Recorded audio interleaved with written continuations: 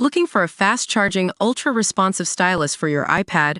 Meet the 2X Fast Charge Active Stylus Pen, designed for 2018 to 2025 Apple iPads. Take your creativity and productivity to the next level. Click the link in the video description to shop now on Amazon. Welcome to Sheeran's Scoop, where we dive into the wild and wacky world of Ed Sheeran's life. Today, we've got a doozy for you: the time Ed locked himself out of his hotel room while naked.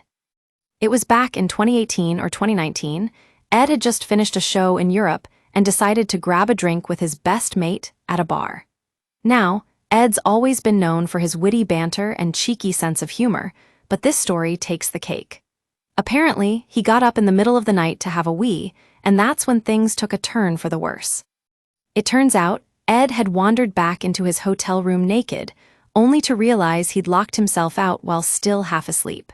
But here's the kicker: there were security cameras rolling in those hallways. We can imagine Ed walking around the corridor, naked and panicked, trying not to get caught on camera. Now, we've all been there, right?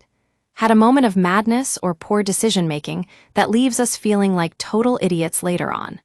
But for Ed, this experience was so embarrassing that he begged his security guard to wipe any footage of the incident, even requesting that they keep it under wraps for fear of being blackmailed in the future.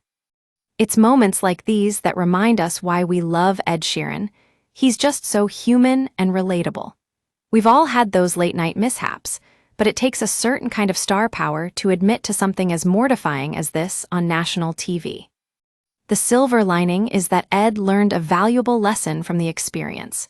He started sleeping in pajamas after that fateful night and has since become a pro at making sure he's always prepared, or at least trying to be. And speaking of being prepared, we know that with his upcoming album tour, Ed's got a lot on his plate. But what's interesting is that he's chosen to stay sober throughout the whole ordeal. He says it's helping him stay focused and energized, which is pretty admirable considering how grueling these tours can be. We're keeping our fingers crossed for Ed, both on and off stage. It's going to be a wild ride with his 8th studio album out later this year, and we can't wait to see what he has in store for us.